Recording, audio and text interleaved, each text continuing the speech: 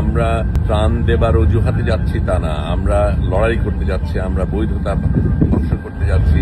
আজকে ফিলিস্তিনি টাইম জোনে এসেছি, এখনো দূরত্ব রয়েছে। আজকে আমরা এই 8টা ছোট নৌকাকে পার হয়ে যাব এবং তারপর থেকে আমাদের এই জাহাজটাই সবচেয়ে আগে থাকবে। বোঝাই যাচ্ছে আক্রোশটা আমাদের উপরই পড়বে, কিন্তু আমরা একেবারেই প্রতিজ্ঞাবদ্ধ যে আমরা একেবারে গাজা পর্যন্ত যাব এবং কোনো বাধাই আমরা গ্রহণ করব না।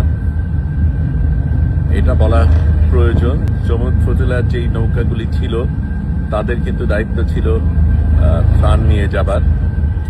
আমরা কিন্তু ত্রাণের জন্য যাচ্ছি না, ত্রাণ দেওয়ার জন্য যাচ্ছি না। আমরা একটা অবৈধ সিজকে ভাঙব সেই উদ্দেশ্য নিয়ে যাচ্ছি। এবং এখানে এই নৌকাতে অনেক সাংবাদিক রয়েছে, ডাক্তার রয়েছে, সাথে অন্য কর্মীরাও রয়েছে। কিন্তু আমরা ত্রাণ দেবার অজুহাতে যাচ্ছি তা না, আমরা লড়াই করতে যাচ্ছি, আমরা বৈধতা ধ্বংস করতে যাচ্ছি।